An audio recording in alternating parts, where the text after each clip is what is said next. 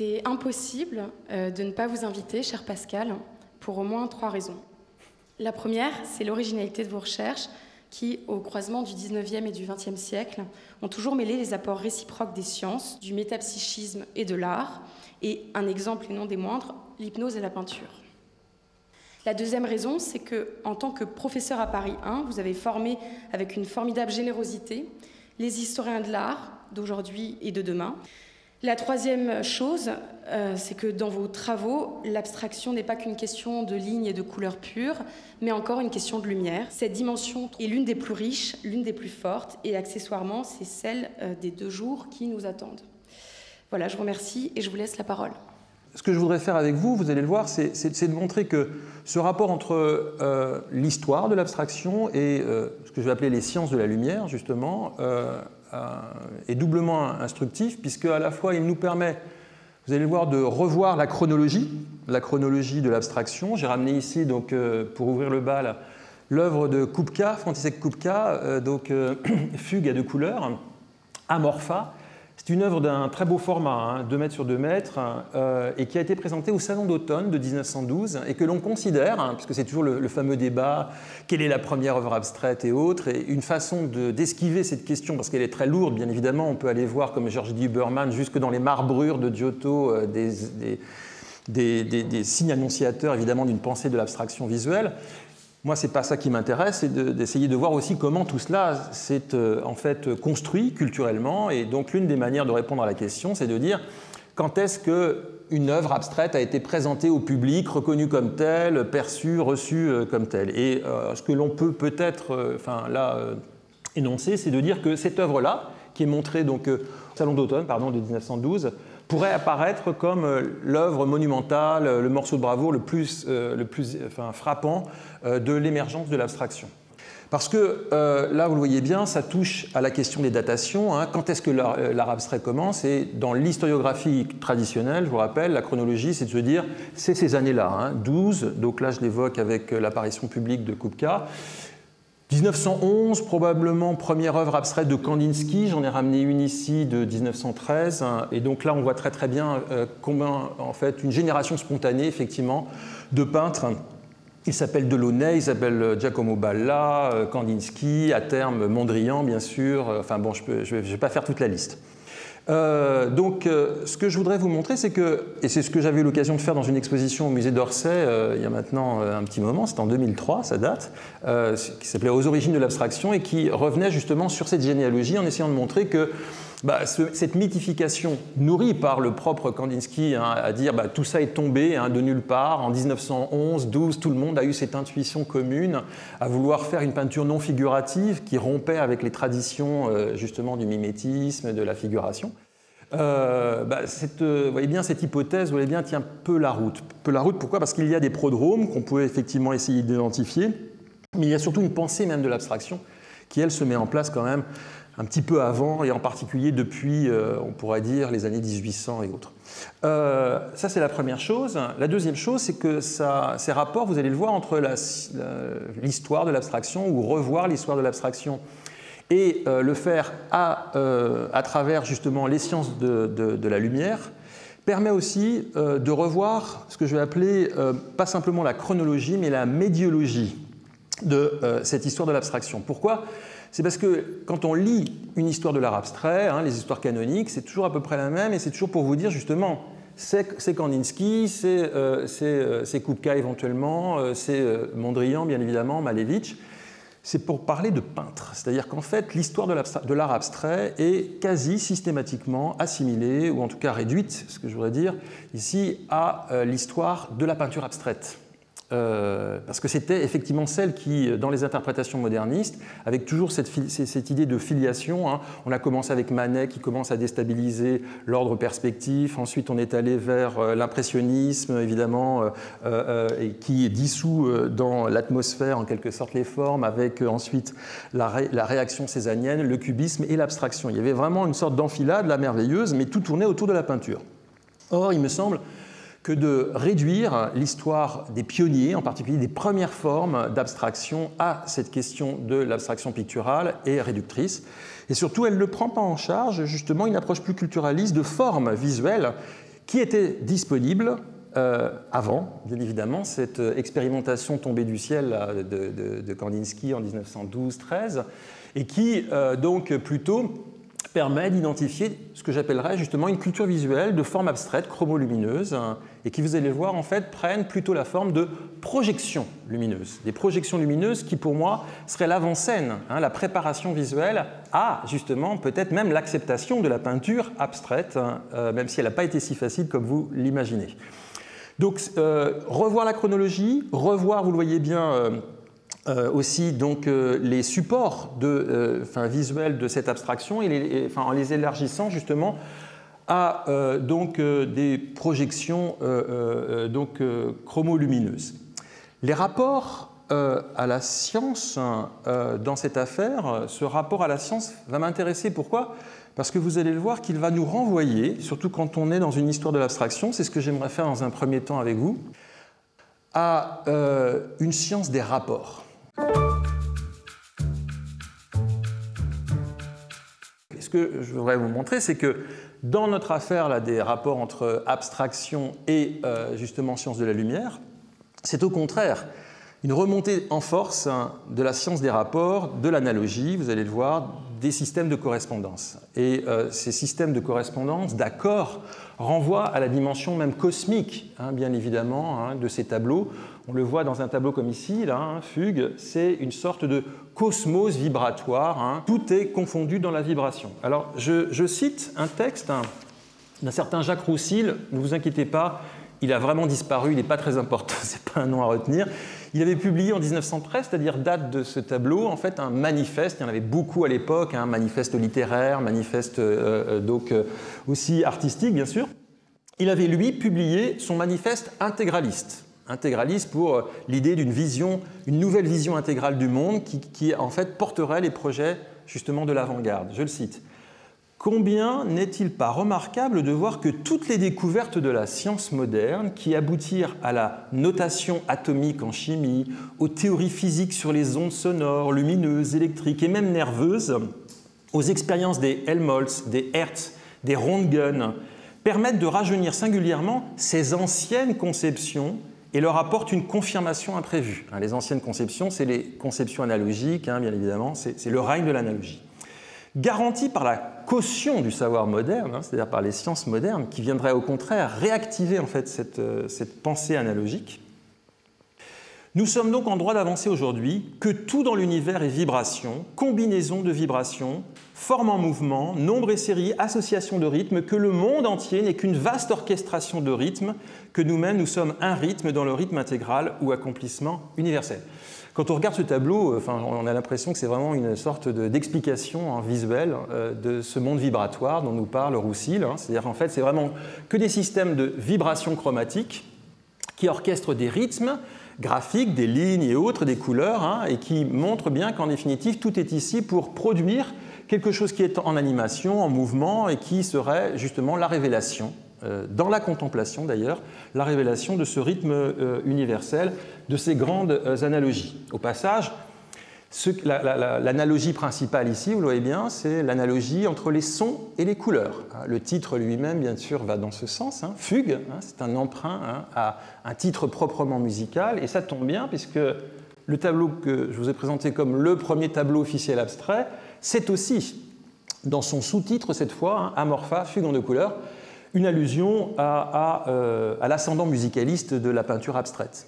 C'est-à-dire que là, en fait, ici, une fugue, c'est quoi en musique? C'est vraiment variation sur le motif, et on voit bien qu'en fait, ici, variation sur quoi? Sur la forme qui s'étend, se répand et autres, avec autour de deux principes chromatiques, le rouge et le bleu, qui s'étendent. En fait, il utilise la structure, la composition structurelle de la fugue, pour l'adapter dans un champ visuel. On est vraiment dans l'idée de la transcription d'un phénomène acoustique, donc vers le champ du visible. Alors, ces systèmes de transcription, j'ai envie de dire qu'ils ont été bien évidemment nourris, et nourris précisément par, j'ai envie de dire, la science de l'optique. La science de l'optique, en fait, j'en suis pas un spécialiste, mais en tout cas, pour aller assez vite, manifestement, a été très sensible à la question précisément de ce que je vais appeler la corrélation des sons et des couleurs, hein, l'idée de l'analogie précisément. Hein. Deux phénomènes distincts, deux sens distincts, mais qui vont se recouvrir sur un même mode qui serait précisément celui de la vibration. Donc là, j'évoque simplement les premières expériences autour de la diffraction justement du spectre lumineux, dont on découvre assez rapidement qu'elle s'orchestre de manière plus ou moins circulaire avec Chevreul par exemple. Mais très très vite, quand on y regarde un peu plus près, on s'aperçoit que l'analogie musicale, derrière, vous voyez bien, ce prisme des lumières, est tout de suite présente. Alors, le premier exemple de tout cela, qui n'est pas n'importe lequel, c'est Newton. C'est la physique newtonienne, puisque, en fait, vous avez ici un schéma où l'on voit combien Newton, dans la division qu'il fait du prisme de la lumière en couleur, va la faire de telle manière qu'elle va lui permettre d'orchestrer une analogie, ou en tout cas une équivalence, entre la gamme diatonique des 7 notes musicales et les 7 couleurs fondamentales. Alors, 7 couleurs fondamentales, ça n'allait pas de soi, puisque dans les traditions, je vous rappelle, c'est plutôt l'ordre ternaire, les 3 couleurs fondamentales, qu'on retrouve ici dans le disque de Chevreul, le jaune, le bleu et le rouge. On mélange les 2 fondamentales, le jaune et le bleu, on obtient le vert, qui sera la complémentaire du rouge. En gros, si vous voulez, les théories optiques adoptaient plutôt un schéma ternaire dédoublé, ça donnait 6 couleurs fondamentales. Hein. Le bleu, le rouge, le jaune, le vert, l'orangé et le violet. Sauf que, quand on regarde le petit schéma de Newton, on s'aperçoit qu'il en a rajouté une 7e. Il appelle ça l'indigo. Alors, est-ce que ça signifie que Newton était sensible à l'indigo? Je ne pense pas.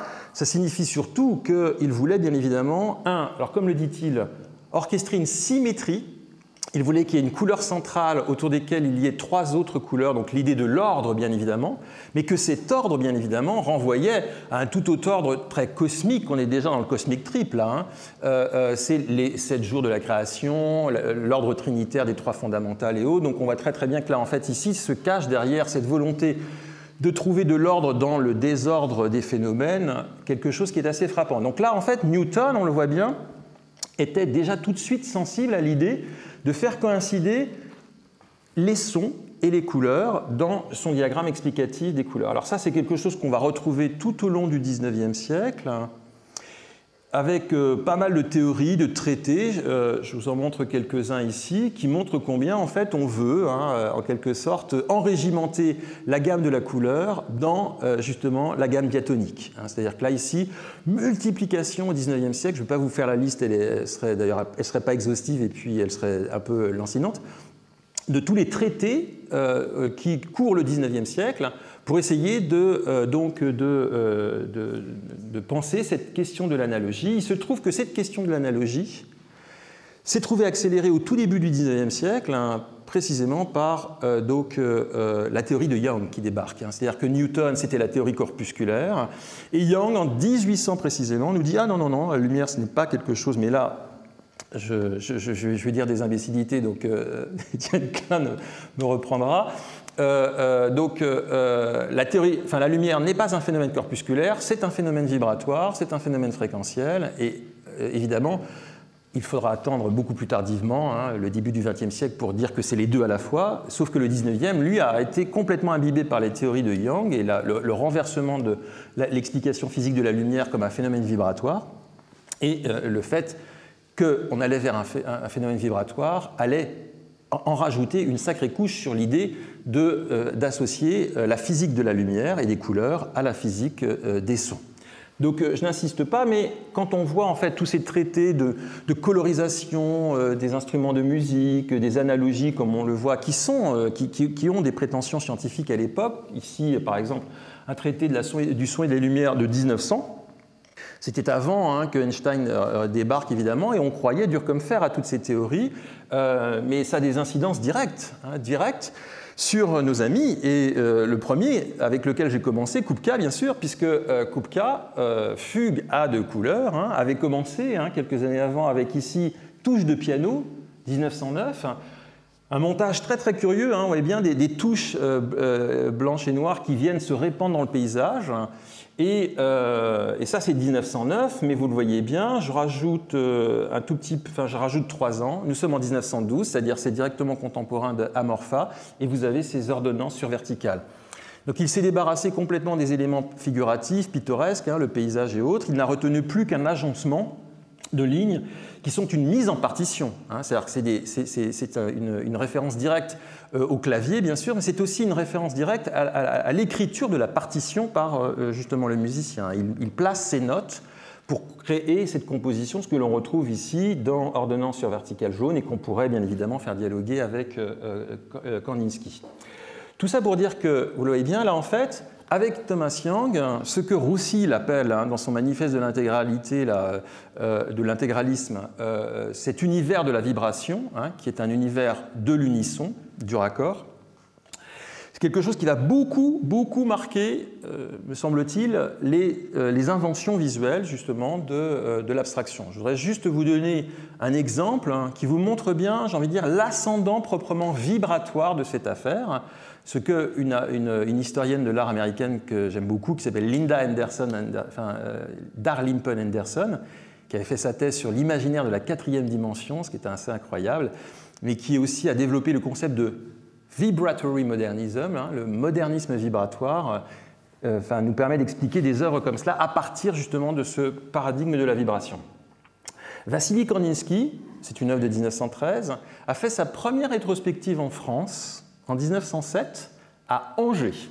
On est déjà dans décentré. Il n'a pas montré ses tableaux à Paris, il les a montrés à Angers.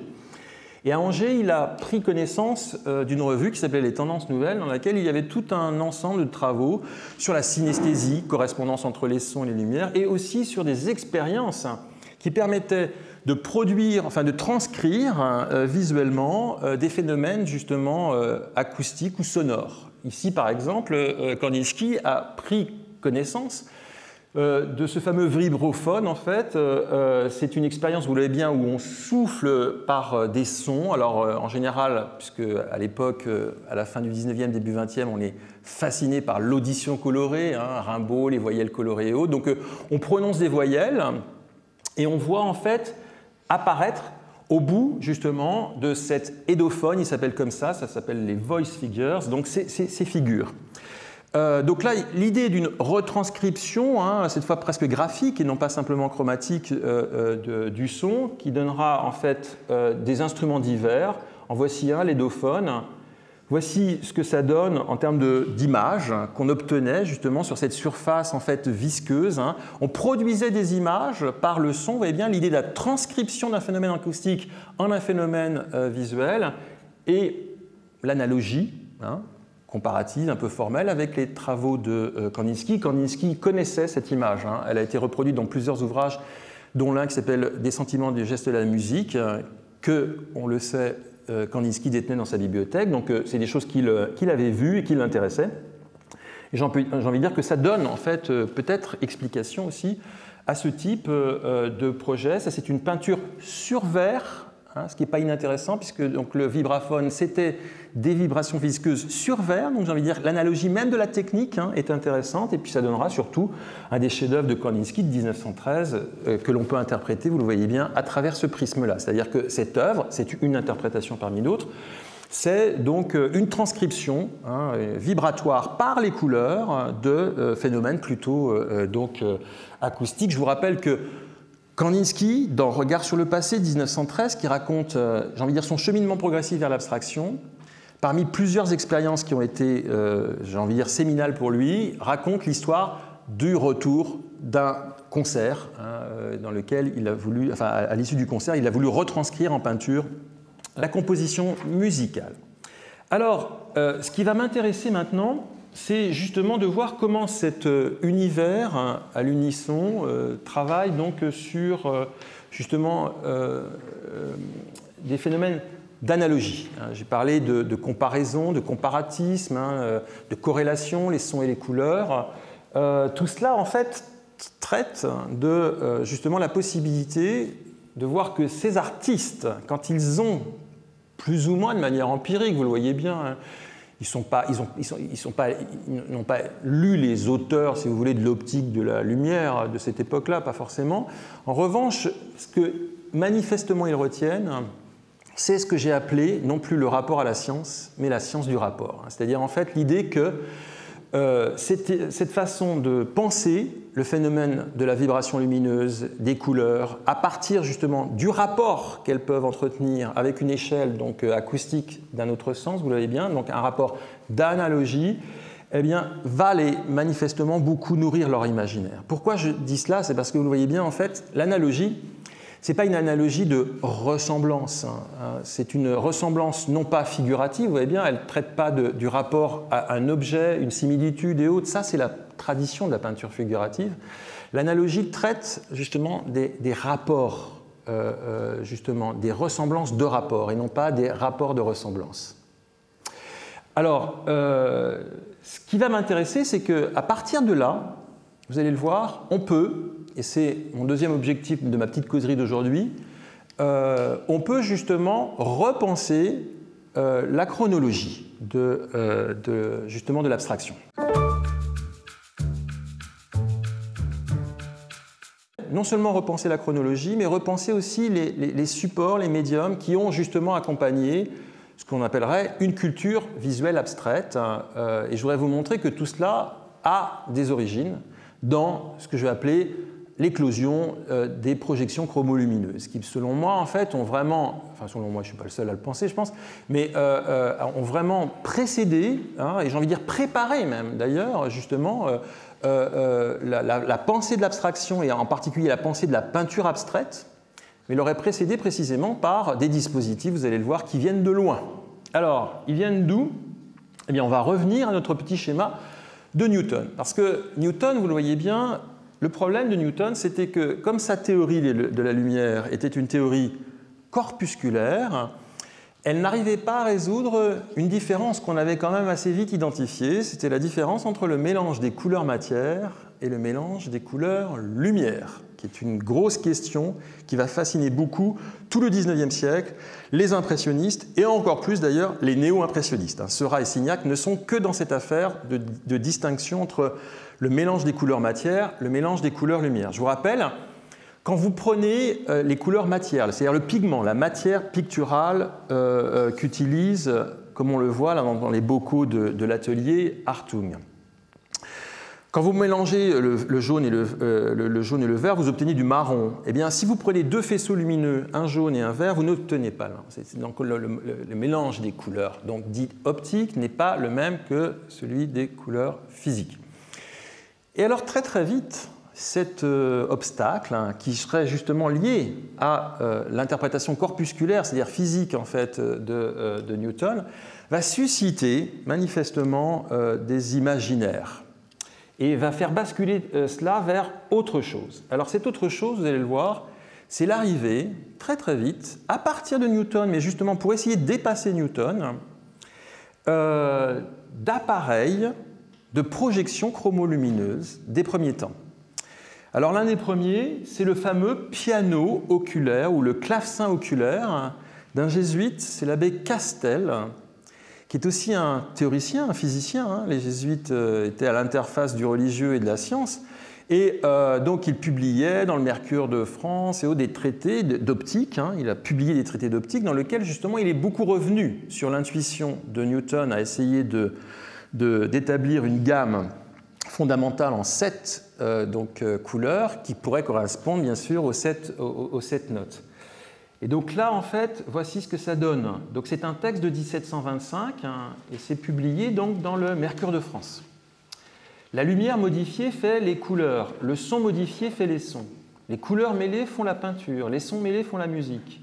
Les couleurs suivent la proportion des tons et à chaque ton correspond une couleur. Les peintres parlent de tons et de demi-tons dans les couleurs. Les musiciens de telles pièces bien dessinées, obscures, le mélange des dialogues, enfin des vocabulaires, des lexiques. Les musiciens utilisent un vocabulaire chromatique, les peintres utilisent un vocabulaire musical. Et donc c'est là-dessus qu'il va vouloir justement réfléchir. Il va le faire eh bien, précisément par, j'ai envie de dire, un instrument. Il va instrumenter cette affaire, il va la rendre empirique, et il va l'appeler donc le clavecin pour les yeux. c'est-à-dire un clavecin dont les touches activeraient en quelque sorte un procédé de projection lumineuse. Alors voici une caricature, hein, ce n'est pas l'instrument lui-même, vous allez le voir, on a pas un croquis, mais un schéma postérieur d'ailleurs au clavecin oculaire qui va nous donner quelques indications un petit peu de la modalité en fait, qui était proposée.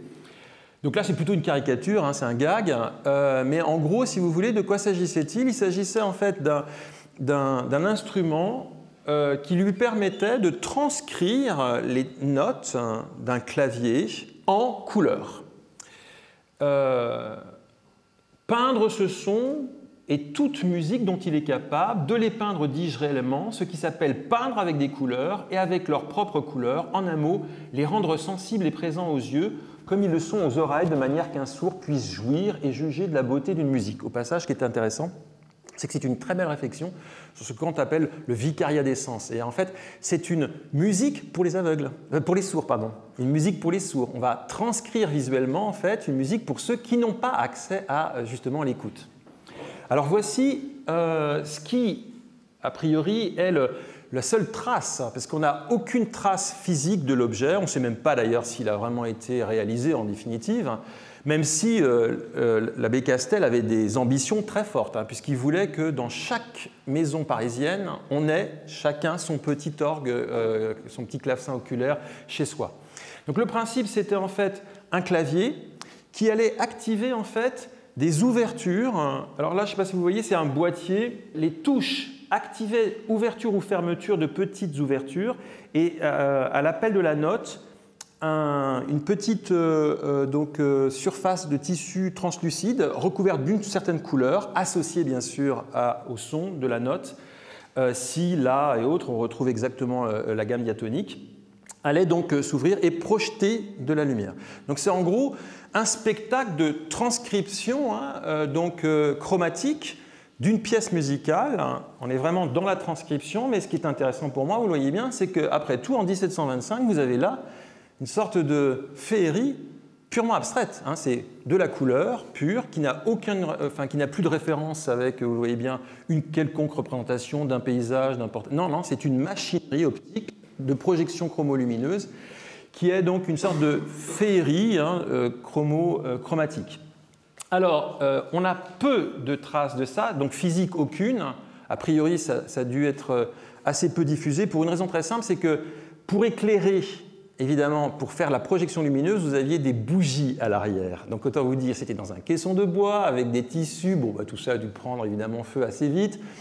Ce n'était pas très probant, même si Diderot, dans son encyclopédie, commente activement le clavecin oculaire et beaucoup d'autres du siècle des Lumières s'emparent de cette question, ce qui n'est pas inintéressant puisque l'encyclopédie, la grande Bible en quelque sorte du siècle des Lumières, évidemment ici en fait s'engouffre quand même manifestement sur un modèle d'analogie, un modèle donc de correspondance. Il montre combien en fait le procédé a voulu être assez sophistiqué, augmenté en quelque sorte. On sait même d'ailleurs par les textes de Castel qu'il a voulu faire un clavecin des odeurs, avec des petites cassolettes qui s'ouvraient justement à l'appel de la note et qui créeraient donc une sorte de féerie olfactive, ou gustative même d'ailleurs, ce qui n'est pas inintéressant, puisque Thomas disait qu'en fait il mettait notre colloque sous l'égide de la bonne gustation.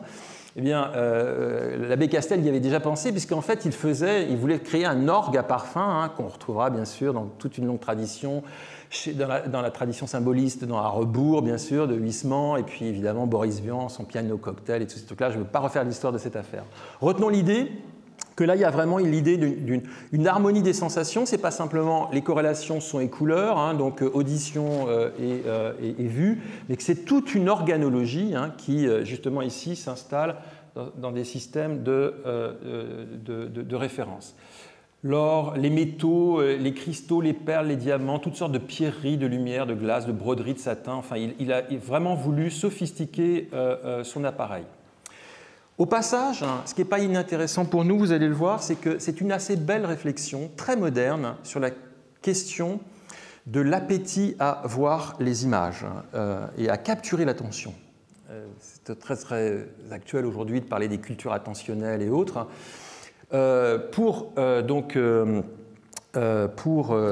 l'abbé Castel, il y a chez lui en fait une volonté de substituer le nouveau média que serait le clavecin pour les yeux à la peinture. Et pourquoi? Parce qu'il estime que la peinture a une faiblesse, c'est qu'elle est fixe. Et si elle est fixe, elle ne peut pas rendre compte, de ce monde de la vibration, de l'unisson, mais surtout, elle ne peut pas rendre compte de l'idée d'un perpétuel recommencement, d'un sentiment d'infinitude que rechercherait le spectateur. C'est un jésuite, évidemment, qui parle. Et donc, pour lui, en fait, l'horizon d'attente du spectateur est un horizon d'infinitude, de cosmos, cosmos trip, on y est encore. Et donc, l'idée que son clavecin serait beaucoup plus juste parce que justement, il produirait des combinaisons qui ne seraient jamais les mêmes. Le kaléidoscope est déjà là, le kaléidoscope qui produit des formes comme cela, et qui ne seraient jamais les mêmes et qui se reproduiraient, vous le voyez bien, dans un système d'infinitude et autres. Il y a toute une très belle réflexion, vous le voyez bien, pas simplement sur les corrélations, mais aussi sur la culture de l'attention, la culture du spectateur. Alors, pas mal de citations justement sur ces couleurs, sur l'arc-en-ciel, bien évidemment, je n'insiste pas. D'où cela vient-il? D'une approche, évidemment, de l'analogie qui est une approche cosmogonique. L'une de ses sources d'inspiration, ce n'est pas que Newton et son schéma, c'est un autre grand jésuite, il s'agit de Athanasius Kircher, Umbrae et Lucis, un grand traité de l'ombre, de la lumière, qui est en fait le traité de l'optique. Et là, nous sommes, vous le voyez bien, dans des dates qui nous permettent d'avancer encore le curseur. Donc, Ars Magna Lucis et Umbrae, 1646. C'est un vrai traité d'instrumentation, justement, d'optique. Et Castel, manifestement, va regarder de ce côté-ci. Et voilà, par exemple, certaines des machineries. Le kaléidoscope en haut, vous le voyez, en fait, qui apparaît déjà.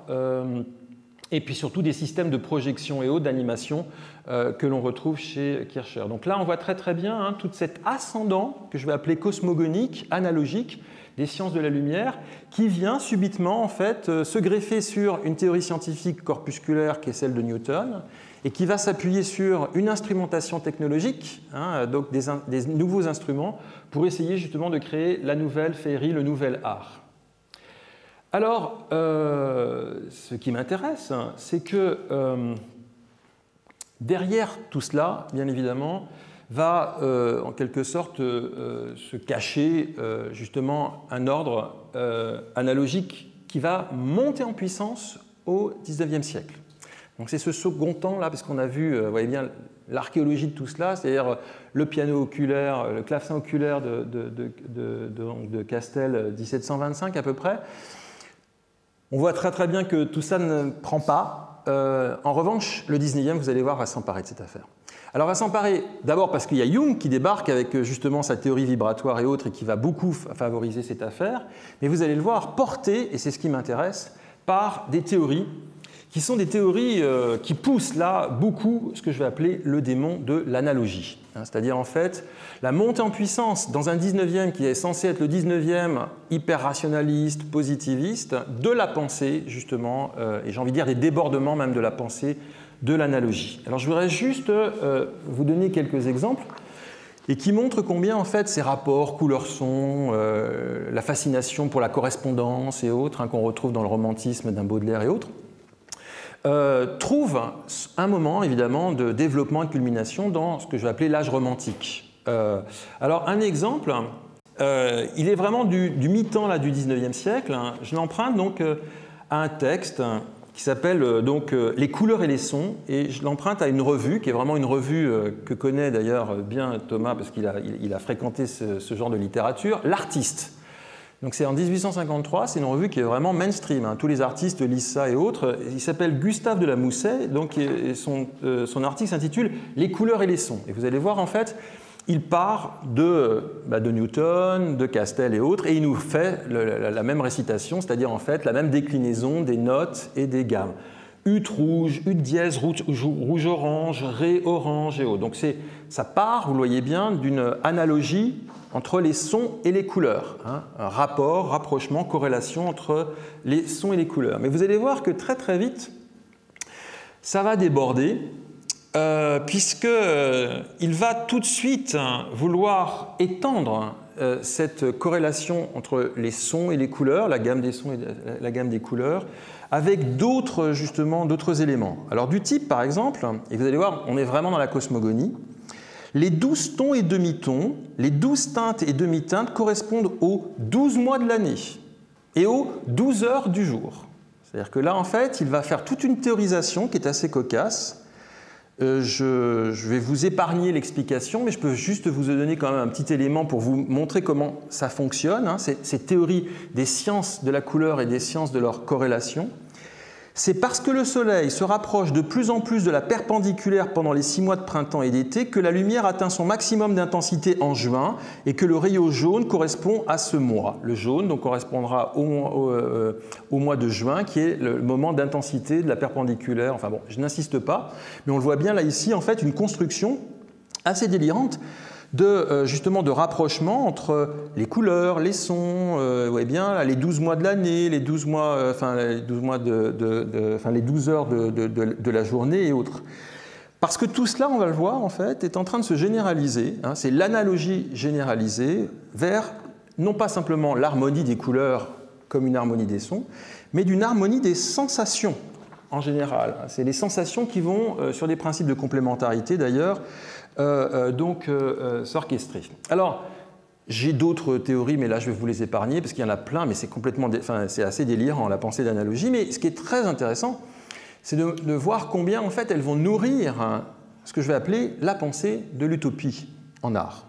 C'est-à-dire que en fait, ce qui pouvait paraître un peu farfelu, vous le voyez bien, voire même en quelque sorte être très très lié à ce qu'on pourrait qualifier de culture de l'ésotérisme, au contraire, va imprégner énormément toute une pensée qui va être très très forte dans, une fois de plus, ce que connaît bien Thomas, les pensées réformistes, les pensées sociales de l'art, les pensées même proto-socialistes de l'art et autres, du début du 19e siècle. L'exemple le plus connu, le plus d'ailleurs assez délirant, c'est Charles Fourier. Charles Fourier, par exemple, quand on regarde le système de la pensée politique de Fourier, l'idée des phalanstères et autres, de l'organisation sociale des artistes et autres, ça part de là. Il a commencé par là. Je cite dans sa théorie des 4 mouvements, celle de Charles Fourier, nous sommes en 1808, nous sommes au tout début du 19e siècle, 8 ans après l'explosion de la nouvelle théorisation de Young de la théorie vibratoire de la lumière. Ut, amitié, violet, addition, cercle, fer. Mi, amour, azur, division, ellipse, éteint. Sol, paternité, jaune, soustraction, parabole, blond. Vous voyez bien, les analogies là, sont en train de fuser. C'est-à-dire que le ut, ce serait l'amitié, donc vous voyez bien un sentiment, alors que le mi serait l'amour, le sol, ce serait la paternité, lié à des couleurs, le violet, l'azur, le jaune, à même des modes de calcul, l'addition, la soustraction, la division, à des matériaux, le fer, l'étain, la parabole. Vous voyez bien, le système de Fourier est un système d'analogie qui va très très loin. Alors, qu'est-ce qui m'intéresse? C'est que tout ce système analogique va lui-même, en quelque sorte, privilégier certaines formes d'art. 2. La première, c'est celle précisément, en quelque sorte, de celle qui va tout orchestrer dans une même œuvre. C'est le fameux modèle de la synthèse des arts, le modèle qu'on va appeler opératique, l'opéra. Ça débouchera, quelques années plus tard, sur l'œuvre d'art totale de Richard Wagner, c'est-à-dire l'opéra comme grande synthèse d'éblouissement sur la scène à Bayreuth et autres. On va mettre tous les arts dans un même qui serait l'opéra. Mais il y a un autre art dont parle Fourier, qui est moins lu, c'est l'art précisément des projections lumineuses. C'est-à-dire en fait l'art de choses qui seraient en permanente métamorphose, des changements de couleurs et autres qui seraient inscrits dans un développement temporel avec jamais la même répétition. En gros, si vous voulez, l'idée qu'il faut introduire le mouvement parce que c'est le mouvement qui va faire l'attraction. Il parle de 2 passions fondamentales, la papillonne et la composite. C'est-à-dire que là, on voit très très bien qu'il est toujours dans l'idée de virevolter. Le piano chromatique, c'était déjà ça. C'est-à-dire qu'on voit bien, en fait, ici, Fourier, qui va fournir toute une pensée de cela. Il parlera même d'origine musée. hein. On va mettre plein d'appareils comme cela dans un musée, on va orchestrer tout ça, et les gens, quand ils vont rentrer là-dedans, vont être comme une thérapie. On parlera de thérapie peut-être, de luminothérapie peut-être demain. C'est une forme de thérapie, hein, mais le musée, par son orgie justement de formes de projections lumineuses de toutes parts, construirait en quelque sorte la catharsis, hein, la plus efficace, l'art au service en quelque sorte de la Belle Concorde. Alors quand je dis la Belle Concorde, j'évoque un autre, puis il faudra m'arrêter parce que je vois que le temps passe là en fait. Et donc c'est pas grave. Ce qui m'intéresse ici, c'est que derrière Fourier, ça c'est très très clair, et derrière tout ce 19e romantique, il y a une pensée d'analogie, des rapports, des concordances, hein, des corrélations, son couleur et autres, mais qui est aussi systématiquement rapportée à une théorie de la concordance des êtres. Hein, c'est-à-dire qu'on veut créer un art qui va créer la belle harmonie entre les gens. C'est-à-dire que Fourier, c'est ça. Hein. Fourier, c'est comment penser, en quelque sorte, un art qui serait, dans son efficace, hein, justement producteur de la belle harmonie, de la belle concorde sociale entre les individus. Les individus ne seraient plus séparés, les individus seraient réunis dans la belle concorde. Ça va même très très loin chez Fourier, puisqu'il est intimement convaincu que si on crée la bonne entente grâce à cette orgie de musée, hein, c'est-à-dire qu'on va propulser les gens dans les musées, ils vont voir des petites projections chromolumineuses, ils vont tous être heureux dans le meilleur des mondes. Et cette harmonie, ça va loin chez Fourier, vous allez voir le retour sur la nature, puisque pour lui, cette belle harmonie sociale va même avoir des incidences sur le changement climatique. Ce qui n'est pas inintéressant pour nous, hein, puisqu'on est dans un moment où on est un peu dans éco-anxiété, hein, et éco-climatologie. Fourier pensera que, vous voyez bien, en fait, la concorde, la belle harmonie entre les gens aura une incidence, encore une analogie supplémentaire, sur presque justement la création du climat, du bon climat, justement pour créer la belle harmonie.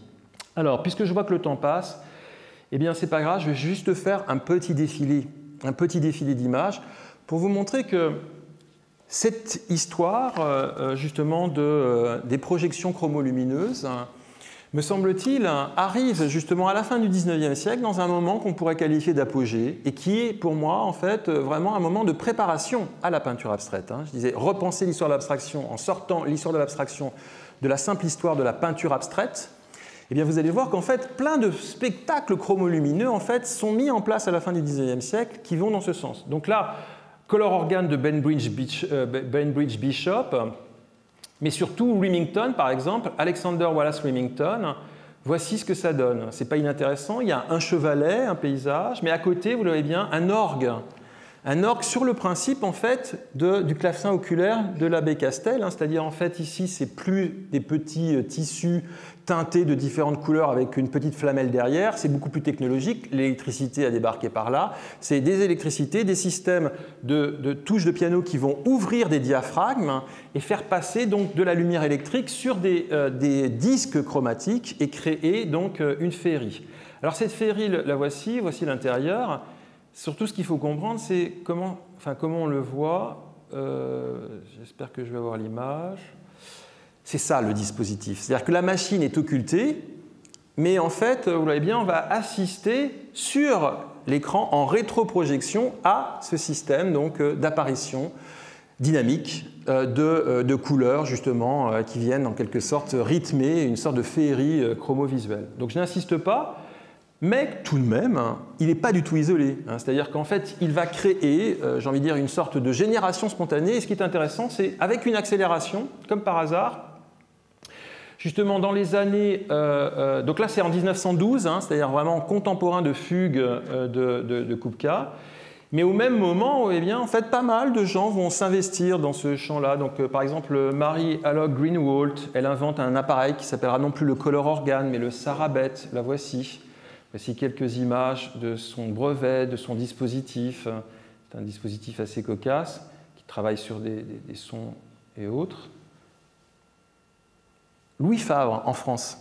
Louis Favre fait un traité de musique des couleurs et autres, pense un appareil à peu près similaires, transformer les vibrations lumineuses en vibrations sonores et aussi vice-versa. Tout ça est lié à la science de l'optique, hein, le photophone, la science du son aussi qui vient de se greffer là-dessus, mais je n'insiste pas. Ce qui est intéressant, c'est de voir que tout cela nourrit l'imaginaire visuel, hein, et j'en dirais même populaire, du 1900. À l'exposition de 1900, au Palais de l'Optique, il y avait un piano chromatique. Et vous voyez bien, en fait, il était même carrément presque préparé par cette architecture des vitraux et autres que l'on retrouve là. Les fontaines lumineuses, c'est-à-dire en fait accompagnées de toute une symphonie musicale. Louis Favre avait beaucoup réfléchi à ces questions, mais je suis obligé de passer très vite parce qu'on y retrouve. Et je terminerai, parce qu'il va y avoir un dialogue lexicologique avec la séance de demain, Lumia. Lumia, puisque ici, donc, il s'agit d'un des nombreux, ils sont nombreux, hein, color organistes, on va dire ça comme ça, de gens qui utilisent des pianos, des clavecins oculaires, mais il s'installe aux États-Unis et donc va développer tout un ensemble de techniques qu'il va nommer justement le nouvel art de la lumière, et ça s'appellera Lumia. Donc c'est assez intéressant, je pense, parce qu'on parlera de Lumia et on va expérimenter Lumia. Donc c'était des disques chromatiques qui lui permettaient d'obtenir ce genre de composition. En voici par exemple là. Ce qui est très intéressant au passage, c'est qu'on parlait de revisiter la chronologie tout à l'heure, hein, la science, les rapports entre abstraction, science de la lumière nous permettent de repenser la chronologie. Quand je vous montre ça, vous pensez à la lave-lampe, hein, on pense plutôt à une esthétique que connaît bien Pauline, le psychédélisme, hein, les années 1960. Nous sommes en 1920, hein, c'est-à-dire que ça arrive très très tôt, hein, 1916, 17 à peu près chez lui, et ça donne ce genre de choses qui sont quand même à la fois justement très cosmique. Hein. Quand on voit cela, et je terminerai justement par cette image, on voit l'exposition d'Hartung. Et d'ailleurs, l'atelier que j'ai découvert tout à l'heure, je n'étais jamais venu ici, donc merci à tous les deux de cette invitation, s'appelle Projection de peinture. Je trouve ça assez drôle, puisqu'on voit très très bien comment en fait, l'analogie là ici entre ce qui nous fait penser pas simplement à l'écran d'attente d'Apple, hein, mais ne rions pas, hein, ça vient de là, hein, ça vient vraiment de là. Donc les nouvelles technologies, bien évidemment, les nouveaux écrans, la fascination, les nouveaux formats, les nouveaux médias, mais aussi, bien sûr, hein, dialoguant avec ce que Hartung a fait aussi par la peinture. On revient à la peinture, hein, on voit bien, de cela. Et quand on voit tous les traités, les tracés, la fascination qu'Anna Bergman avait pour le nombre d'or, pour justement tous les tracés, j'ai découvert là, donc dans l'exposition du Musée d'Art moderne, le plan de la maison pour une ville du sud de l'Espagne, à Carbonaras, qui est en fait un tracé du nombre d'or invraisemblable, hein, et dans lequel elle va justement installer en quelque sorte son architecture. Je pense que là, on voit très très bien comment le lien peut se faire quand même assez explicitement avec Anna Eva Bergman. Au passage, j'ai eu beaucoup de curiosité à découvrir les petites vitrines de l'exposition. Et donc, d'abord, j'ai découvert que toutes les œuvres d'Anna Eva Bergman n'étaient pas à Paris. Deux, que certains dispositifs d'ici me paraissaient plus efficaces que la scénographie de Paris. Et qu'on apprend beaucoup de choses là, en particulier toutes les annotations sur la symbolique des couleurs, la symbolique des formes et autres. Enfin, Anna Eva Bergman, c'est le conte de la Mousset, hein, c'est tout ce que j'ai pu évoquer, hein, toutes les analogies, les correspondances entre les formes, les couleurs, les sons, les vibrations. Voilà, merci.